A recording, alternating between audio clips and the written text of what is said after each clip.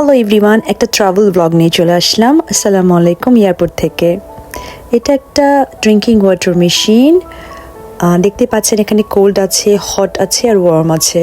হটটাকে lock করে রেখেছে, মাঝে মাঝে হটটা অনও থাকে, কোল্ড আর ওয়ার্ম।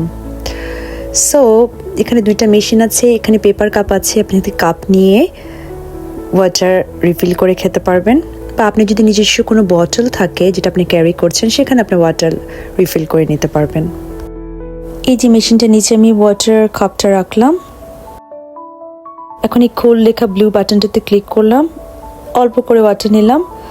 এখন অনেক কোল্ড থাকে, তারপর ওয়ার্ম ওয়াটার নিয়ে রিফিল করে নিলাম আমার ওয়াটার কাপটাকে। এটাতে প্রেস করা যাবে না কারণ এটা লক হয়ে আছে। এই যে আমার ওয়াটার রিফিল হয়ে গেল, একটু বেশি হয়েছে, একটু ফেলে দিয়েছি আমি। তাই তো আমার ওয়াটার খাওয়া শেষ। পাশেই বিন আছে আপনার প্লাস্টিকের জন্য, পেপার কাপের জন্য। এখানে আমার খাওয়া শেষ হয়ে যাওয়ার পরে আমি এখানে ফেলে দিলাম। Bye bye water machine, bye bye.